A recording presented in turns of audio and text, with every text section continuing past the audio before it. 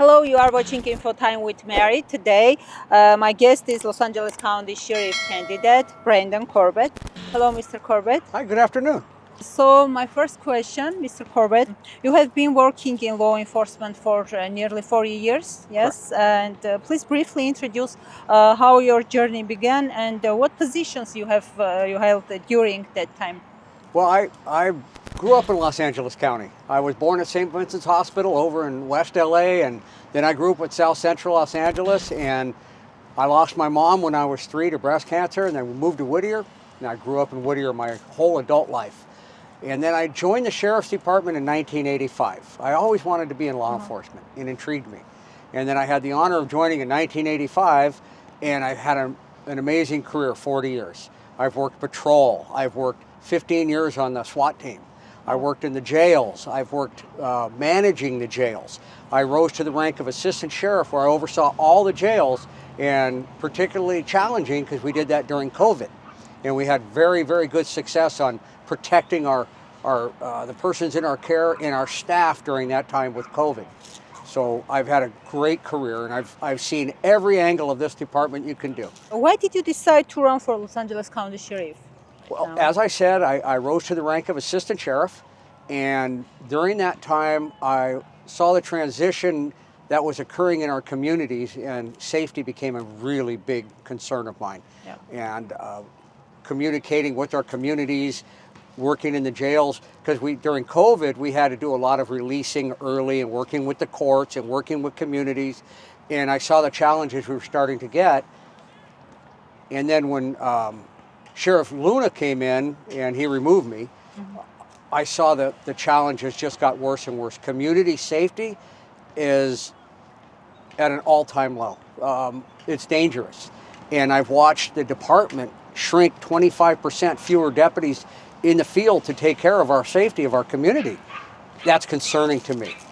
And the man that's doing it now is a Long Beach police officer that came over to be sheriff, and he doesn't know the department. I grew up in the department. I know every corner, every way this works and what doesn't work, and what he's doing is not working, and our communities are suffering.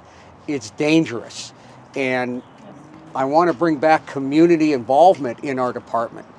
The Armenian community, the Hispanic community, the African American community, they don't have a voice. I was speaking to somebody earlier today, the Chinese community, they don't have advocates. Why am I running for sheriff? To make our community safer and bring back the integrity of our department and bring it back to the legacy it had, to make our community advisory councils and make everybody involved in this together to make it safer. Yeah.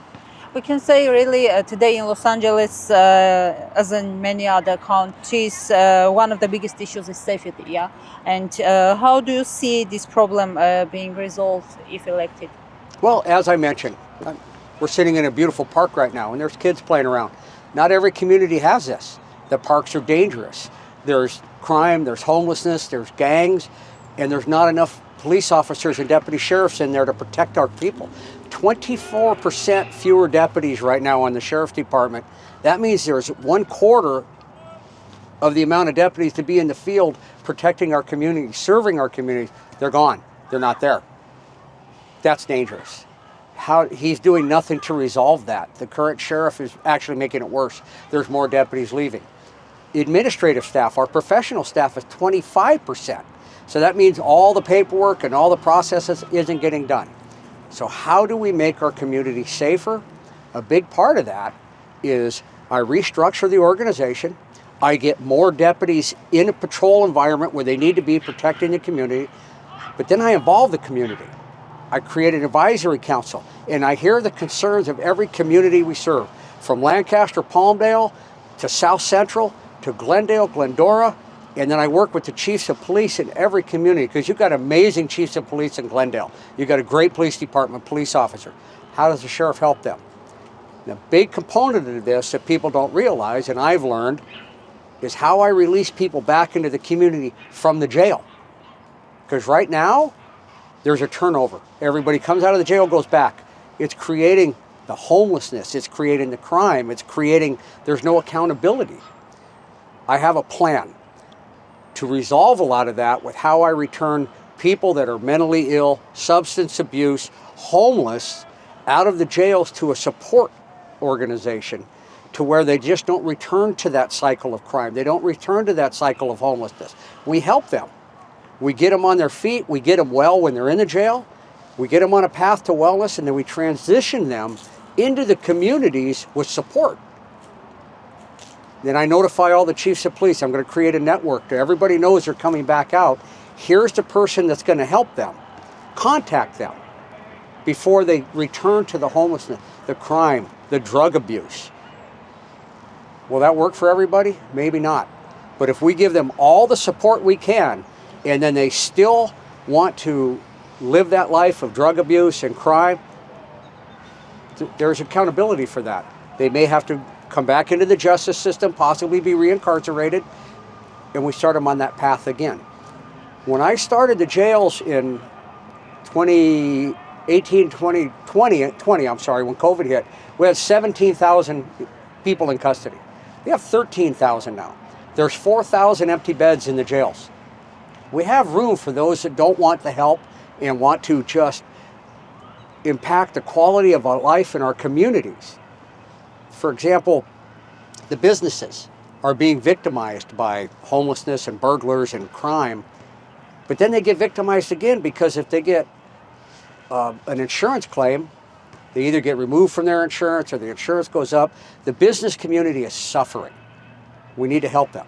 And we could do that by how we address the homeless and the crime. Okay. Especially about homeless people, how do you imagine solving that problem? Well, as I mentioned, homelessness and crime go hand in hand. You can see in the news almost every day the crime that is rampant in the homeless community. There's unreported crime going on. There's murders and there's robberies and there's sexual crimes going unreported. They don't call the police, they don't report it, but they're being victimized every day. And then that type of crime is then impacting the communities they're in. You know, like I said, there's a beautiful park here, but a lot of places in LA County, a mom can't take her kid to the park. A dad can't take their kid to school. They can't take them shopping. You can't go to a movie. Dangerous. And a lot of that is the homelessness. And we can impact by giving them the support. Faith-based organizations are doing a great job with family reunification, with support, rehabilitation. They're working fine. Then you have county entities that aren't as effective. Well, my plan is going to bring them all together, and so we all work off the same model that's effective and works and gives us support and protects our community and the individuals going back in. We give them that support. But again, if they don't want it, then there's accountability for that. And that's what incarceration and the courts and everything do. There's accountability on both ends. I say that really homelessness is a really very big problem, yeah, today for all America and especially for Los Angeles County. Well, it is at the end of January and it's 80 degrees. Beautiful weather. It's easier to be homeless here than it is in New York or Minneapolis or wherever it's freezing. That's why we have a bigger homeless problem here. A lot of it's the weather. A lot of the homeless are from other states. They may just need a simple bus token or a ride to go home. Let's provide them that. Let's give them an opportunity to go home and reunite with their families. That may be that simple. Let's find that out. Actually, if they're in the jail, let's find that out then, before they have the opportunity to go back and impact our communities. A big part of this homeless too, and the problems of each community are different. I want an advisory council. The Armenian community has problems that are in the community, challenges. I want to hear their voice. Is it traffic problems? Is it the businesses are being victimized by homelessness, by crime? There's organized crime out there conducting these burglaries. Where's the sheriff doing a task force to address that? I've got a plan for that, and I've done it. And I have the experience and the tenure in the sheriff's department. I know exactly how that agency works, and day one, we could start making this impact with our community help. What other problems do you see that need urgent solutions now? I started with saying we're 24% fewer deputies. That's a huge problem. We have to recruit. We have to retain. We have to keep the deputies we have, but they're so overworked, they're exhausted. We need to get more. And how do you do that? Strong leadership and a plan to recruit from the communities. I want to create our reserve program and restore it to where it used to be. We used to have 900 reserves. Reserves are people from the community that want to serve. How about the Armenian community gives me reserves, deputy sheriffs to reflect on how Los Angeles looks, from the Hispanic community, from the Chinese community, from the Korean community. We need to draw from our own communities who bring their expertise, who bring their knowledge, who bring their passion to help the department. We have to recruit, we have to get more, and we have to do it with strong leadership where they want to work for you. Right now, they're leaving all over the place because they don't want to work for this man, because they don't see the leadership, they don't see the support, they don't see an end. All they know is they're having to work overtime with no end in sight. We need to give them hope. We need to give them hope, and that's what I'm going to bring, leadership and hope. What do you know about Armenian community? Well, I know I think the word somebody told me when we were talking about the Armenian community, and it was welcoming. The Armenian community is so welcoming, it's so open and giving. The more time I spend here, the more I see the beauty of the history and the culture and how they just want to engage and be part of it.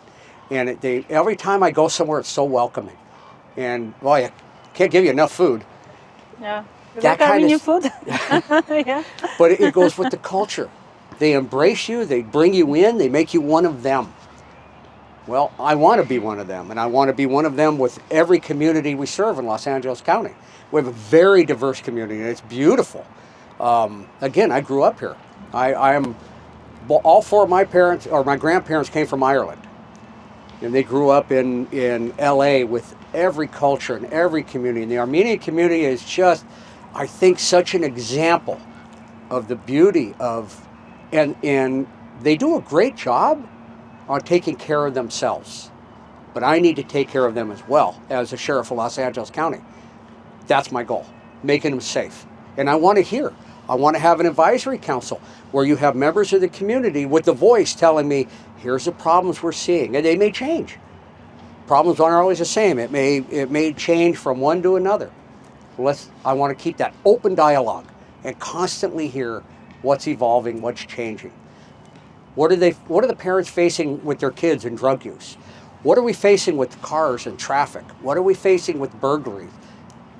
We got to take all that into consideration and bring the proper resources and working together. How many votes you need for elections? Well, the primary is on June 2nd. Yes. And in the county of Los Angeles, with the percentage of the voters you get, I'd say about 500,000, 500,000 votes. 500,000 to get there. And the challenge is there, but a big part of my support is the faith-based communities.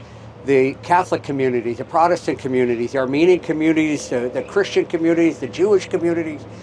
That's who I want to hit. I want to get all faiths and all, I've been calling this campaign a movement more than a campaign, because that's what it is. I want to embrace all different colors, all different ethnicities, all different cultures, religions. When you're the sheriff for everybody in Los Angeles County. You're not political affiliated with any political party, any certain religious group. You're for everybody. But a big part of that is there's two things that a citizen in the United States wants, and that's freedom and safety. And they're not safe right now. And I can help with that. Thank you so much, Mr. Corbett. Thank you for the interview. All right, thank you. Dear followers, I would like to remind you that I was talking to Los Angeles County Sheriff candidate Mr. Brandon Corbett. Thank you for watching. You can subscribe to my YouTube channel and watch all the videos. See you later. Սիրելի հետևորդներ, դուք կարող եք բաժանորդագրվել իմ YouTube-յան ալիքին եւ բոլոր վիդեոներին, տեսանյութերին հետեւել եւ հիշեցնեմ նաեւ բոլոր նրանց համար, ովքեր հետեւում էին հարցազրույցին, որ ես զրուցում եի Los Angeles County Շերիֆի թեկնածու պարոն Brandon Corbett-ի հետ եւ նշեմ, որ ընտրությունները շատ շուտով են լինելու հունիսի 2-ին եւ մենք խոսեցինք ընդհանուր առմամբ այն բոլոր ծրագրերի մասին, որ ունի պարոն Corbett-ը ընտրությունների հետ կապված եւ ընտրվելու դեպքում պատրաստակամ է այդ ամենը իրականություն դարձնելու։ Եվ նշեմ նաև, որ կրկին առաջիկայում կունենանք հարցազրույց պարոն Corbett-ի հետ։ Շնորհակալություն, որ դիտում եք, կհանդիպենք։